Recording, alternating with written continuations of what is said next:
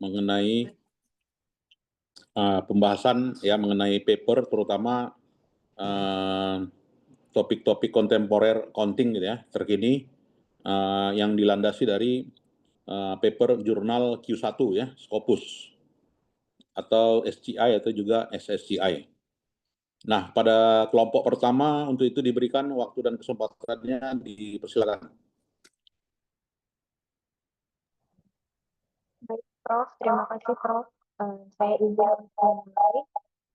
Saya kelompok pertama, Mutia Rizka Faridani, bersama rekan saya, Nur Aliyah, akan mempresentasikan jurnal yang kami review dengan judul Auditor Communication on Critical Audit Matters, Timing, Inspection, Likelihood, and the Audit Committee, yang dipublish di Contemporary Accounting Research pada publisher Wiley dan terindeks Scopus Q1. Ditulis oleh Aubrey R. Whitefield, Yun Jukang, dan juga Ken Tronman.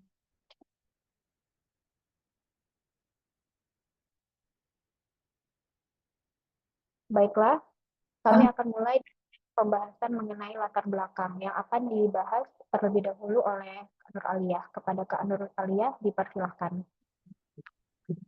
Baik, terima kasih Mutia. Izin Pak, saya mempresentasikan hasil review kami yang diawali dengan latar belakang.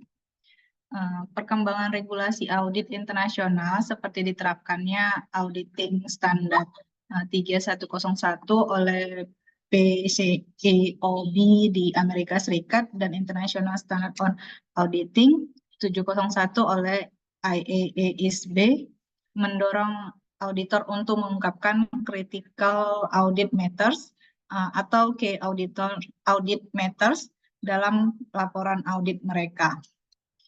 Perubahan ini bertujuan untuk meningkatkan transparansi bagi para pengguna laporan keuangan, mendorong auditor untuk menerapkan skeptisisme profesional yang lebih besar, dan secara keseluruhan meningkatkan kualitas audit serta kualitas laporan keuangan perusahaan. Namun, penerapan regulasi ini membawa dinamika baru di lapangan. Auditor kini didorong untuk mengkomunikasikan prosedur audit terkait CAM lebih awal dalam siklus audit kepada audit komite. Bersamaan dengan meningkatnya tekanan dari proses inspeksi internal dan eksternal terhadap audit manajemen yang berisiko tinggi. Meskipun regulasi ini bertujuan untuk memperbaiki kualitas audit, perubahan perilaku auditor akibat regulasi ini justru menimbulkan potensi penurunan kualitas audit. Auditor yang telah lebih awal menyampaikan rencana prosedur kepada audit komite menunjukkan kecenderungan untuk tetap berpegang pada rencana awal tersebut, bahkan ketika di tengah proses audit muncul resiko-resiko baru yang seharusnya mendorong perubahan prosedur. Nah, fenomena ini dijelaskan melalui self-justification theory yang menyatakan bahwa individu cenderung membela keputusan yang sudah diambil dan disampaikan kepada pihak lain untuk menghindari ketidaknyamanan kognitif. Tekanan untuk mempertahankan prosedur yang sudah dikomunikasikan apabila dalam kondisi di mana audit kemungkinan besar akan diinspeksi semakin memperkuat kecenderungan ini. Penelitian ini menguji bagaimana waktu komunikasi di awal dan di akhir dan kemungkinan inspeksi tinggi ataupun rendah mempengaruhi kecenderungan auditor untuk menyesuaikan prosedur audit terkait CAM ketika menghadapi resiko baru. Studi ini menggunakan pendekatan eksperimen dengan auditor profesional dan wawancara dengan audit partner untuk memperkuat konteks hasil penelitian. Di sini akan dijelaskan mengenai self-justification theory. Jadi penelitian ini menggunakan self-justification theory untuk menjelaskan perilaku auditor dalam konteks perubahan regulasi ini. Di teori ini menjelaskan ketika auditor sudah mengkomunikasikan keputusan seperti rencana prosedur audit untuk CAM kepada pihak lain seperti audit komite, mereka merasa perlu mempertahankan keputusan tersebut untuk menghindari rasa bersalah atau ketidaknyamanan kognitif. Dalam audit, hal ini berarti auditor akan merasa terikat pada rencana audit awal yang telah disampaikan. Bahkan ketika di tengah proses audit muncul informasi baru atau resiko baru yang menuntut perubahan prosedur.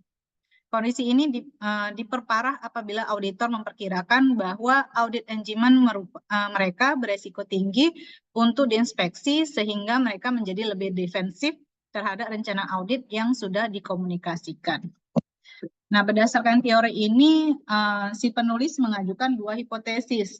Yang pertama, hipotesis pertama itu adalah auditor cenderung tidak tersedia menyesuaikan prosedur audit yang telah disampaikan lebih awal kepada audit komite dibandingkan dengan yang disampaikan pada tahap akhir dalam proses audit. Kemudian hipotesis kedua, kemungkinan likelihood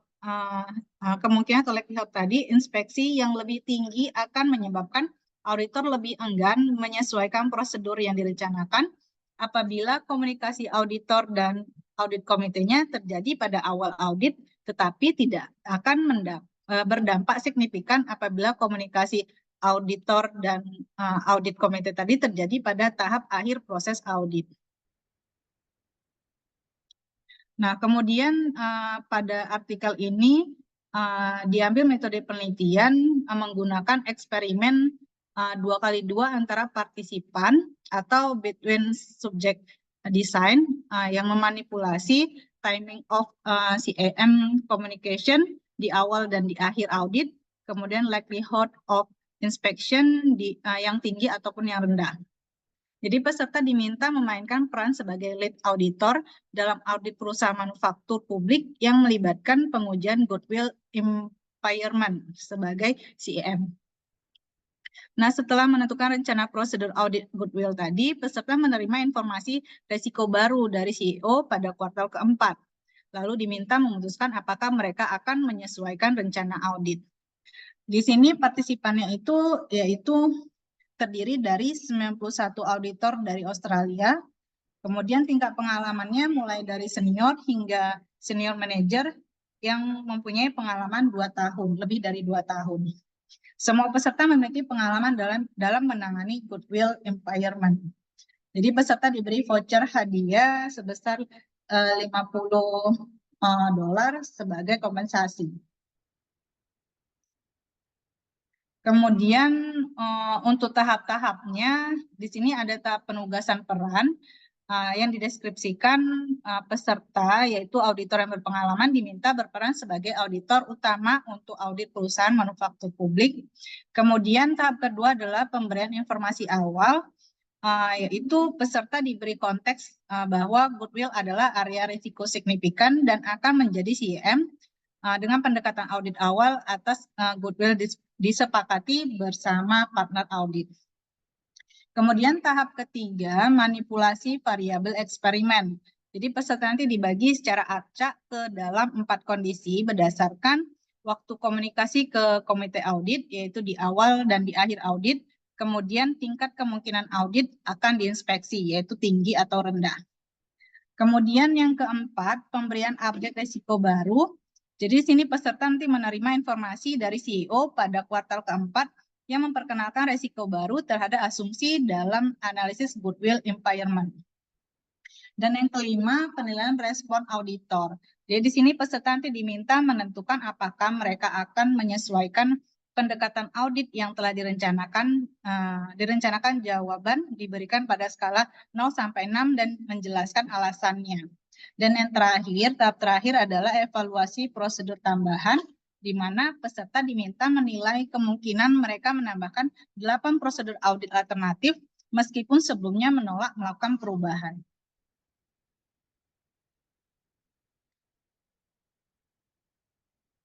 Oke, next. Selanjutnya dalam eksperimen ini untuk memastikan peserta memahami manipulasi yang diberikan, dilakukan manipulation check terhadap 2 hal utama. Yang pertama, pemahaman waktu komunikasi CAM ke komite audit, yaitu peserta diminta mengklasifikasikan 3 aspek komunikasi CAM, yaitu dengan identifikasi awal CM, prosedur audit terkait CM, dan hasil prosedur audit.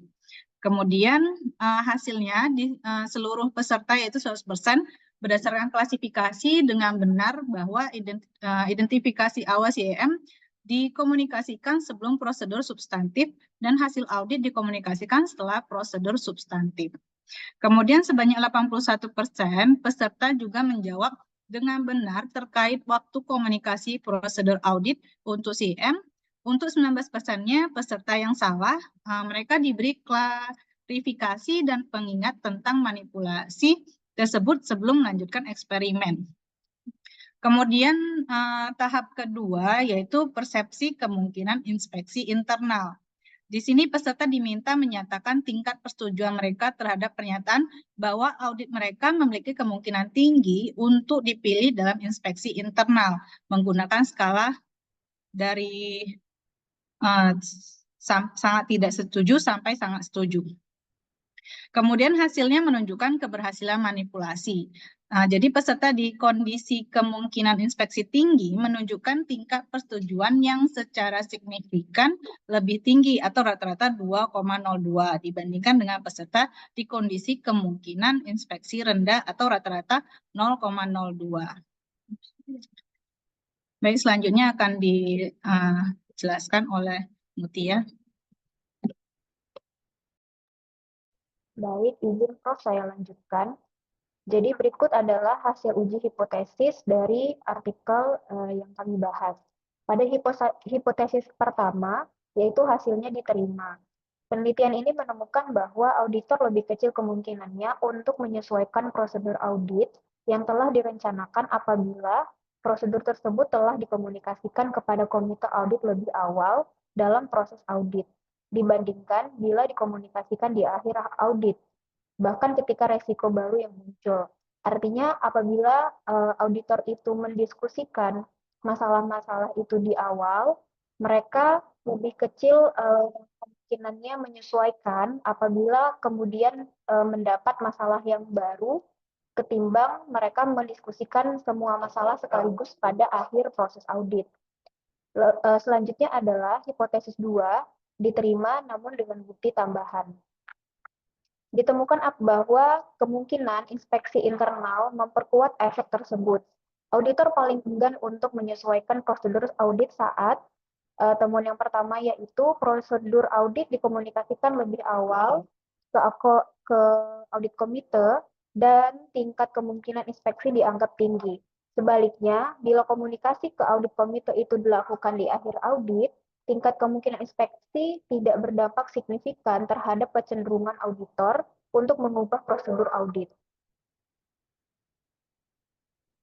Temuan dari artikel yang kami bahas adalah temuan utama menunjukkan bahwa waktu komunikasi auditor, yaitu tadi pada variabel timing, dengan komite audit terkait prosedur audit untuk critical audit matters, memiliki dampak yang signifikan terhadap fleksibilitas auditor dalam menyesuaikan rencana audit ketika risiko audit baru muncul. Berdasarkan teori self-justification, auditor cenderung mempertahankan keputusan yang telah dikomunikasikan lebih awal demi membenarkan rencana yang telah disetujui, sehingga mereka menjadi kurang responsif terhadap perubahan situasi. Hasil uji hipotesis pertama mendukung prediksi bahwa auditor yang menyampaikan prosedur audit si critical audit matter kepada audit komite lebih awal dalam siklus audit, ternyata lebih enggan untuk menyesuaikan prosedur tersebut ketika dihadapkan pada risiko baru yang memerlukan perubahan.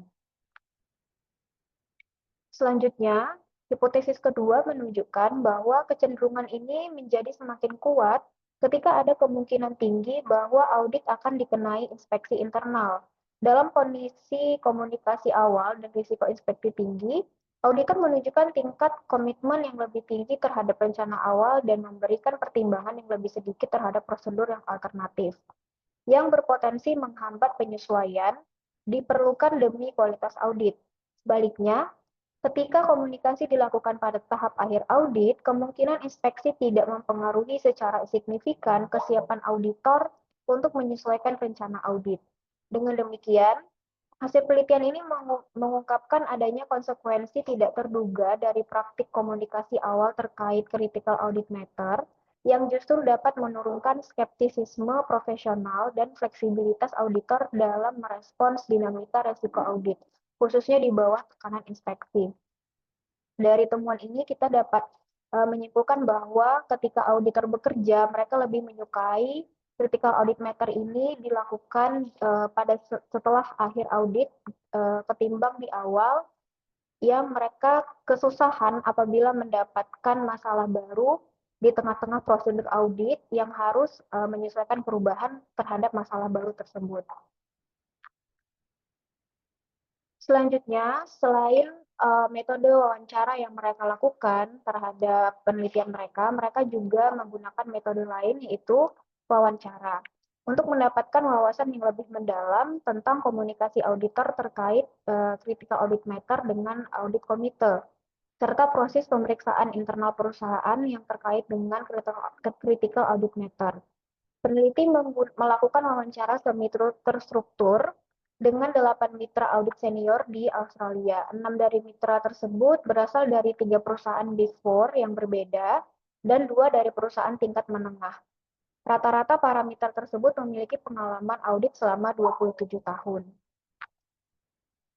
Kemudian hasil wawancara dalam penelitian ini memberikan konteks tambahan terhadap temuan yang dilakukan dalam metode eksperimen, khususnya mengenai praktik aktual auditor dalam berkomunikasi tentang CAM dengan komite audit, dan bagaimana hal ini berkaitan dengan proses inspeksi internal. Jadi secara umum, 8 mitra auditor senior yang diwawancarai dan juga firma Mid-Tier di Australia mengkonfirmasi bahwa komunikasi mengenai critical audit matter memang cenderung dilakukan lebih awal dalam siklus audit, bahkan bisa terjadi segera setelah audit tahun sebelumnya selesai. Ini konsisten dengan temuan eksperimental bahwa ada dorongan kuat di praktik lapangan untuk melakukan komunikasi awal mengenai area-area audit yang berisiko tinggi seperti goodwill impairment. Namun, para mitra juga mencatat bahwa tingkat kedalaman informasi yang disampaikan kepada audit komite itu bisa bervariasi. Beberapa menyatakan bahwa komunikasi awal dilakukan pada level yang masih umum, biasanya hanya menyebutkan area fokus utama. Sedangkan yang lain mulai menyampaikan prosedur audit yang lebih spesifik sejak tahap awal audit. Selain itu, wawancara juga menegaskan bahwa CAM merupakan fokus utama dalam proses inspeksi internal dan bahwa tim inspeksi biasanya membandingkan secara ketat antara prosedur yang disebutkan dalam laporan audit dengan dokumentasi aktual. Hal ini menurut beberapa mitra bisa mendorong auditor untuk tidak menyimpang dari rencana awal yang sudah didokumentasikan dan dikomunikasikan karena takut dianggap inkonsisten saat diaudit, yang mendukung temuan bahwa resiko inspeksi dapat memperkuat efek pembenaran diri atau self-justification pada auditor. Jadi secara keseluruhan, wawancara memperkuat kesimpulan bahwa tekanan untuk komunikasi awal dan antisipasi terhadap inspeksi dapat menciptakan kondisi psikologis pada auditor yang menurunkan fleksibilitas dan skeptisisme profesional mereka dalam menghadapi risiko baru selama audit berlangsung. Jadi kesimpulannya adalah penelitian ini menemukan bahwa komunikasi lebih awal mengenai prosedur audit untuk critical audit matter kepada komite audit dapat menimbulkan konsekuensi yang tidak diinginkan terhadap kualitas audit. Auditor menjadi kurang responsif terhadap risiko baru karena terdorong untuk mempertahankan rencana audit yang telah disampaikan pada tahapan awal tadi, terutama saat kemungkinan inspeksi internal tinggi. Wawancara dengan mitra audit mendukung temuan ini, mengkonfirmasi bahwa tekanan untuk konsistensi dokumentasi memperkuat kecenderungan tersebut. Studi ini memperingatkan bahwa regulasi yang mendorong komunikasi awal perlu diimbangi dengan kebijakan mitigasi untuk mencegah penurunan skeptisisme profesional dan fleksibilitas auditor. Kemudian kami juga membahas keunggulan dan kelemahan artikel pada aspek pertama yaitu topik dan relevansi. Keunggulannya yaitu membahas isu aktual terkait CAM dan dampaknya terhadap audit. Kelemahannya fokus terbatas pada satu aspek yaitu perilaku auditor dan tidak membahas faktor lain secara eksternal yang lain ataupun internal dari budaya organisasi. Kemudian dari metodologi, keunggulannya mereka mengkombinasikan metode eksperimen dan wawancara kepada mitra audit senior, memberikan triangulasi data yang kuat. Kemudian kelemahannya, eksperimen berbasis skenario hipotesis mungkin tidak sepenuhnya merefleksikan kondisi audit nyata. Kemudian teori yang digunakan menggunakan teori self-justification theory dengan landasan literatur yang cukup solid untuk mendukung hipotesis. Dan kelemahannya mungkin hanya tergantung pada satu teori saja dan tidak mengeksplorasi teori-teori yang lain. Kemudian kontribusi praktis, keunggulannya memberikan implikasi nyata untuk auditor dan para audit firm dan juga regulator tentang resiko yang tidak terduga dari kebijakan yang dibuat mengenai critical audit matter. Kelemahannya tidak langsung menguji solusi atau strategi mitigasi terhadap temuan efek negatif. Kemudian dari sisi kualitas analisis, keunggulannya analisis statistik dan kontras hipotesis dilakukan dengan ketat dan transparan, termasuk analisis tambahan yang dilakukan.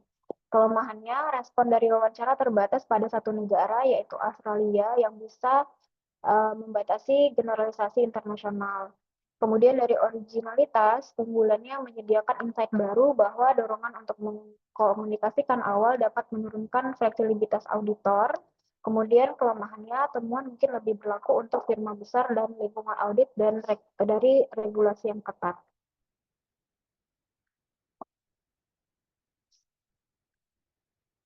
Baik, Prof, demikianlah hasil presentasi dari kami. Saya kembalikan, Prof. Izin, Prof. Kan? Ya, baik. Itulah tadi penyajian dari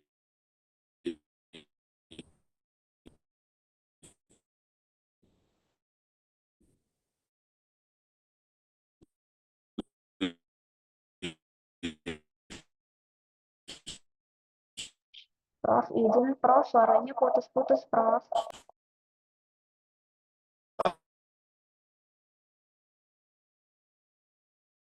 satu ya, terkait dengan CAM, ini pada dan tahun 1919.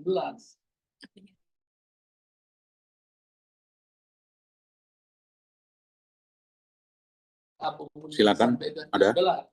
Tidak dilihat SKS.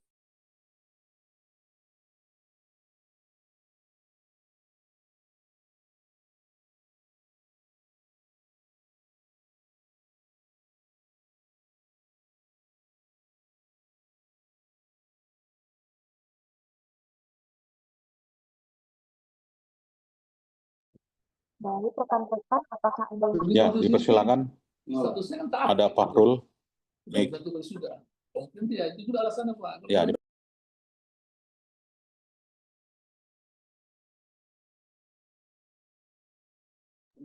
ya, dipersilakan. Ada? Tapi memang sebenarnya 3 orang ya penanya, dipersilakan. itu sebenarnya kita dibuat di situ. Ngurus itulah memang. Kayak saya bilang, Ya, kalau hari-hari saya pasti di kampus, Pak. Kalau tidak kayak ini keluar. Ya, ada saudara Fahrullah, Miko, Mutia, Nur Alia, Rahel, Sri Epiani, Febri, Supriyani, silakan. Oke, izin Prof, saya ingin bertanya. Ya, silakan Bu. Oke, baik. Untuk tim 1 yang ingin saya pertanyakan sebenarnya tadi cukup menarik ya, terkait dengan auditor ya, yang tentunya ada beberapa kendala maupun keunggulan dari riset ini. Nah, maka yang menjadi pertanyaan saya adalah apakah ada atau relevansi terkaitan penelitian ini jika nantinya ini kita terapkan di Indonesia? Kira-kira apa sih yang bisa kita adopt atau kira-kira kelemahan dan kekurangannya apa sih? Gitu. Terima kasih. Itu aja, Prof.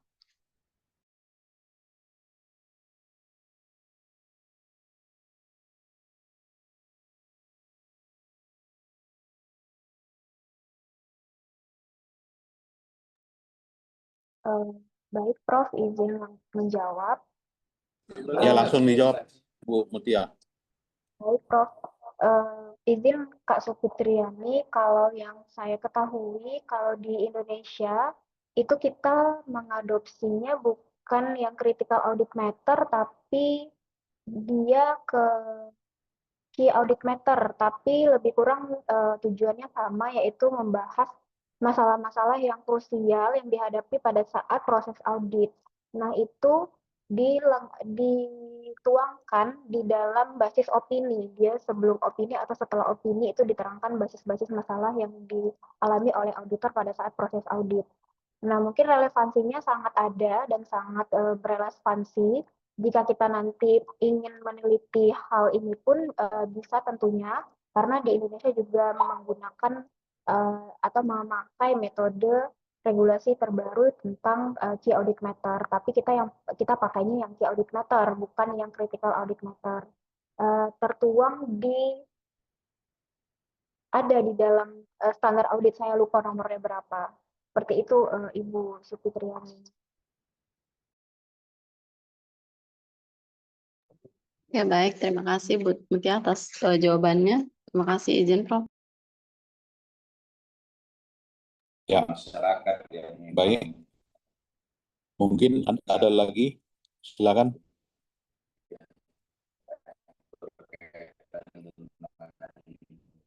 Bapak Ibu harus aktif ya. program-program unggulan nasional.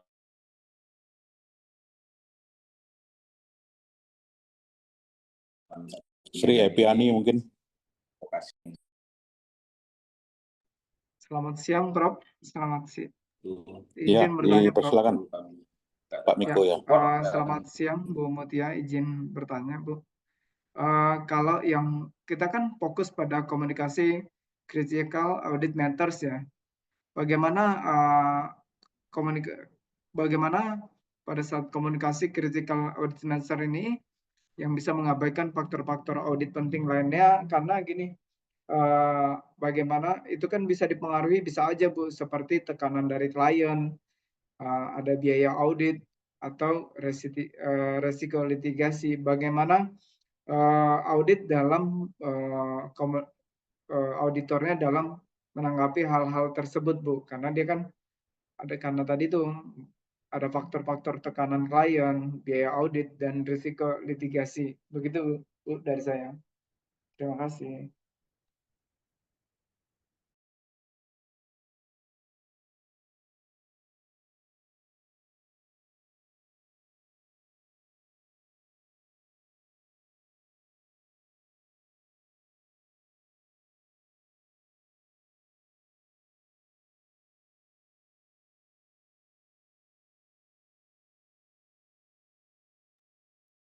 Ya, baik Pak Miko, izin saya mencoba menjawab.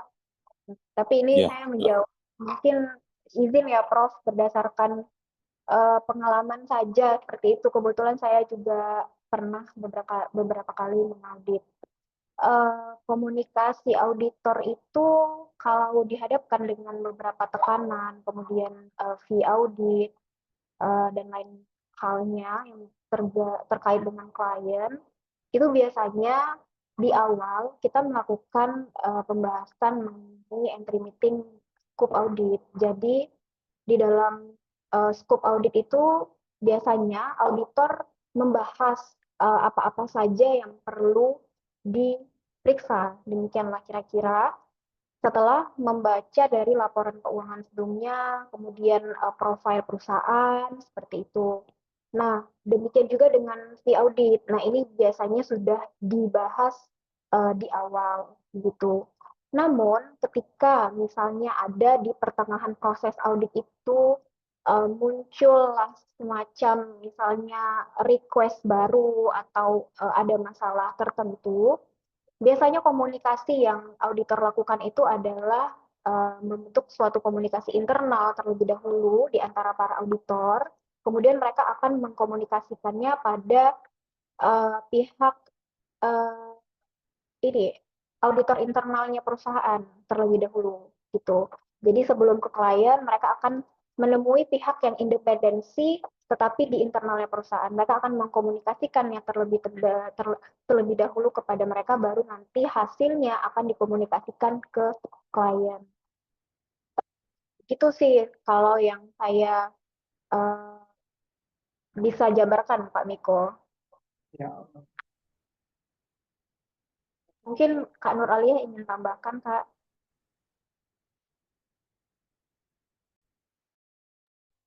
Baik, begitu kira-kira Pak Miko. ya tadi kan saya ingin, itu kan the setting nih dari ya pelanggan itu, ternyata pada saat itu aku lapangan visit ke apa atau off-name atau visit ke lapangan, ternyata Pak, izin Pak, suaranya saya kurang jelas, Pak. oh iya, itu maksudnya gini, kalau yang bukan dari awal itu udah buat konsep ya. Oh iya, ini kerjanya, oh iya, stop ini. Pada nyatanya aktual pelaksanaan di audit itu ternyata nggak bisa. Plannya kan kemarin seminggu. Ternyata pada saat di aktual di lapangan, stoknya ternyata nggak bisa begini. Harusnya 2 minggu. Tapi karena fee auditnya terbuka, nggak maksimal, seolah-olah ya udahlah, nggak semuanya aja yang dicek di lapangan atau di mana, sehingga jadi maksud saya jadi nggak maksimal dong jadinya Bu daripada hasil audit tersebut.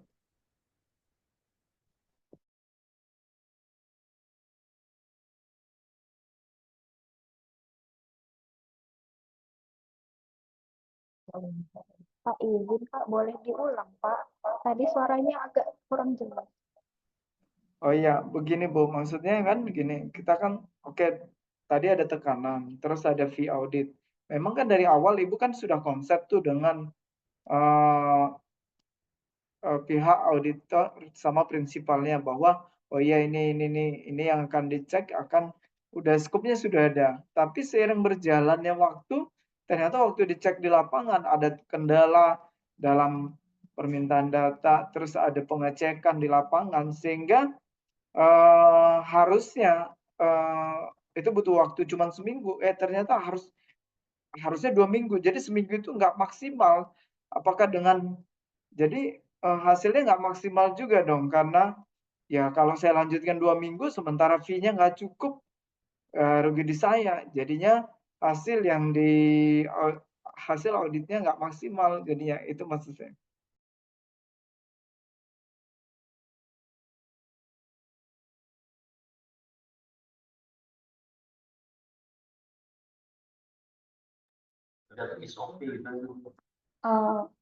Mungkin maksud Pak Miko ini auditornya kan dengan yang diperiksa sudah taken kontrak di awal ya Pak ya.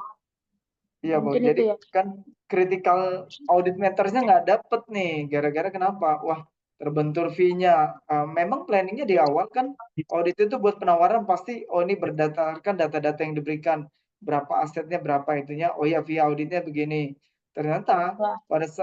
pada saat di lapangan terjadi, ada yang menghambat sehingga lama, jadi memerlukan effort tinggi, sehingga kalau mau dilanjutkan ntar auditornya rugi, jadi ya udahlah sebatas ini aja seminggu tadi skopnya, sehingga menurut saya mengungkapkan critical audit matters-nya nggak dapet gitu loh. Tapi Pak, sepertinya kalau menurut saya ya, saya memang belum pernah ngaudit. Tapi kan kalau memang audit itu kan ada batasan waktu. Tapi jika ternyata nanti di lapangan itu ada kendala bahwa mereka tidak mendapatkan data atau ada kesulitan, misalnya ada yang menghalang-halangi, itu nanti pihak auditor akan tetap membuat laporan dan membuat opini bahwasanya ada data yang tidak bisa diambil, berarti wajar dengan dengan pengecualian atau apa gitu sih Pak. Sebenarnya audit itu tetap diselesaikan, hanya saja nanti di opininya itu nanti yang akan diberitahukan oleh pihak auditornya. Seperti Tapi kan itu. gini Bu Sri, sebenarnya datanya ada, semuanya ada, ya cuman kamu ibaratnya salah mengkonsep awalnya. Memang Pak Miko suaranya hilang.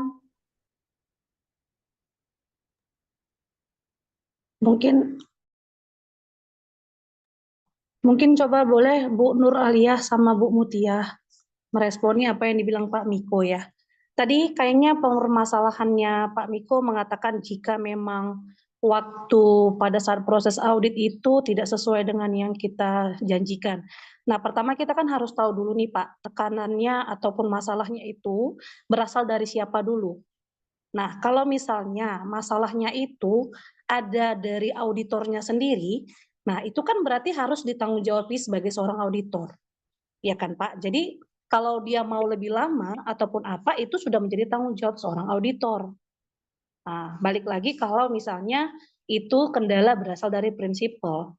Nah, yang penting pada saat proses audit itu kita ada komunikasi. Jika memang waktu ataupun problem yang terjadi itu bisa dicari jalan keluar, kenapa tidak? Bukan berarti kan itu langsung mempermasalahkan ataupun berpengaruh kepada hasil akhir, gitu ya. Menurut saya sih Pak Miko, karena tekanan ataupun ataupun masalah itu kan kita harus tahu dulu nih berangkat dari siapa dulu. Nah, sehingga nanti kita harus tahu di saat kita udah tahu masalahnya berangkat dari siapa, jadi kita tahu juga mengantisipasi mencari solusinya seperti apa. Jadi kalau karena Pak Miko tadi kan bertekan kepada fee yang tidak sesuai, kan kalau memang itu problem ataupun masalahnya berangkat karena adanya masalah dari pihak auditor atau contoh dia ada beberapa hal yang dia belum paham, berarti kan dia harus mencari solusi untuk kasusnya yang dia tidak paham itu. Mungkin kalau saya sih gitu Pak Miko, bukan berarti harus berpengaruh langsung kepada hasil akhir. Mungkin gitu Bu Mutia, Bu Nur. Oke, saya coba tambahkan ya Pak Miko. Jadi gini, kalau kita mengaudit itu kan dari awal kita sudah tentukan kapan waktu kita akan cut off gitu ya. Nah, timingnya itu jelas, prosedurnya itu jelas, berapa minggu, minggu pertama, minggu kedua sampai akhir gitu. Nah, apabila dalam pertengahan itu, dalam kita melakukan prosedur audit, tiba-tiba waktunya kepotong, entah itu permasalahannya datang dari klien ataupun dari kita, proses audit itu akan tetap berjalan dan berakhir sesuai dengan kesepakatan di awal yang telah ditentukan, baik itu waktu dan juga fee audit. Jika klien memerlukan tambahan untuk hal-hal lain, gitu ya, itu bisa dibuka yang baru. Kita buka yang baru di luar dari opini audit yang telah diterbitkan, seperti itu. Nah, jadi kalau yang Pak Miko maksud, kalau misalnya terbatas atau tidak critical audit matter itu di dalam laporan keuangan, tentu tidak, Pak. Karena critical audit matter yang kita tampilkan di dalam laporan keuangan itu adalah apa-apa saja masalah yang dihadapi pada saat prosedur. Seperti itu. Yang ditampilkan di laporan opini auditor independen. Begitulah kira-kira Pak Miko. Ya, karena kemarin ini kan pengalaman. Waktu itu Pak, suaranya tidak jelas, Pak. Mohon maaf, Pak. halo, sekarang jelas belum?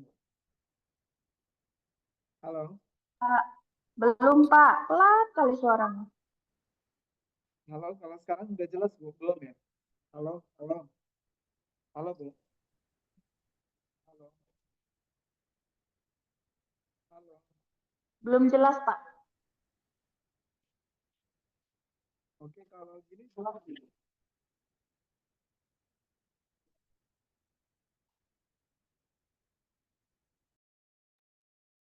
Halo, sekarang udah jelas belum Bu? Belum, Pak. Belum dengar suaranya. Susah juga nih ngomong kalau ntar saya teriak-teriak di sini. Ya udah deh.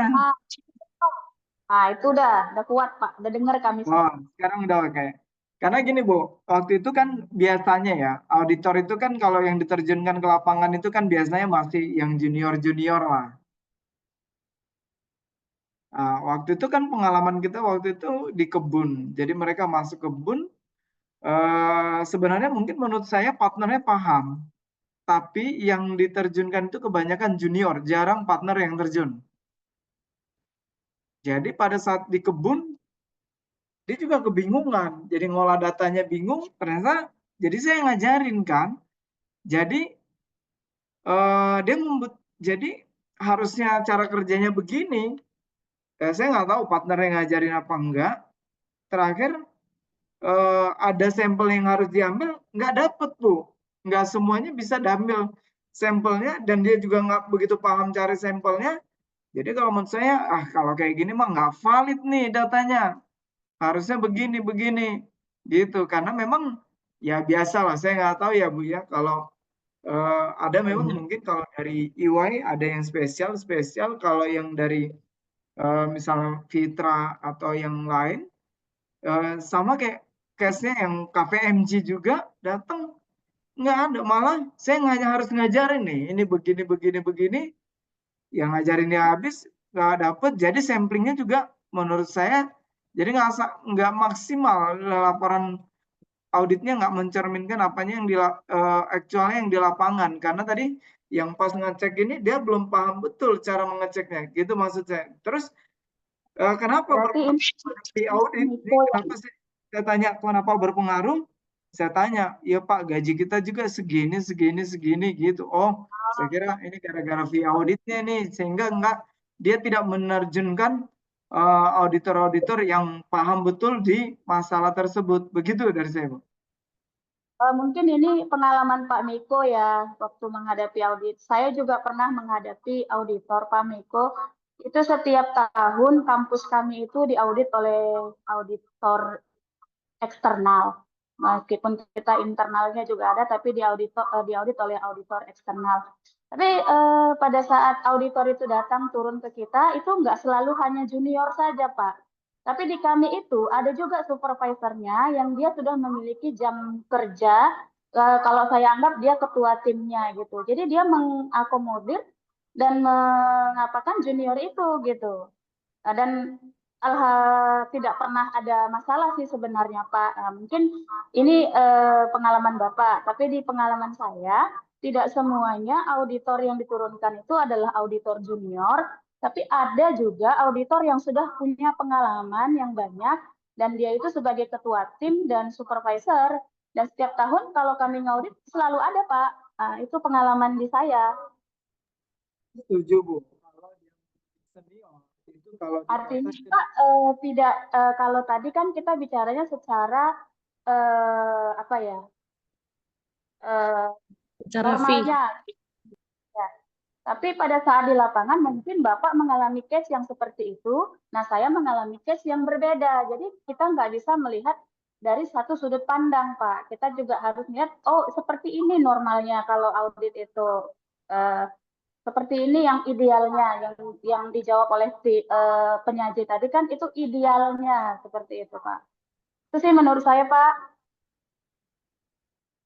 Iya Bu, thank you Bu. Mungkin kalau di kota senior lebih gampang datang Bu, kalau di kebun agak susah. Iya, artinya kan Pak kita nggak bisa generalisasikan, itu pasti case-case tertentu Pak, seperti itu. Sedangkan yang kita bahas ini adalah secara generalnya, secara idealnya. Itu sih Pak. Baik Bu, berarti ini kalau ideal lah ya. Praktik Thank you. Ada gap-nya gitu ya Pak, antara ideal dan praktik pasti ada gap-nya. Mungkin Bapak bisa angkat ini menjadi sebuah penelitian Pak Miko.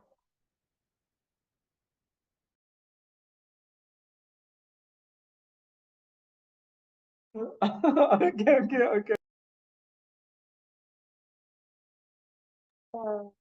Baik, izin Baik Prof. Bu, terima kasih Prof atas waktunya Prof. Ya baik, terima kasih Bapak Ibu. Mungkin ada lagi yang lain? Izin pendek, mau makan sate nggak nih? Cukup ya? Baik, kalau tidak ada saya kira kita berikan aplaus ya kepada penyaji presenter hari ini. Terima kasih. Selamat sore. Assalamualaikum warahmatullahi wabarakatuh. Jangan gara-gara awak tak mau makan sate. Warahmatullahi wabarakatuh. Sore, Prof. Terima kasih Prof. Sore. Terima kasih. Assalamualaikum. Ya, sama. Terima kasih. Boleh meninggalkan ruangan, Bapak Ibu. Baik. Ya, Selamat sore, izin nih Prof. Jadi itulah. Ya, sama-sama, Bapak Ibu. Ada dua jenis layanan, satu akun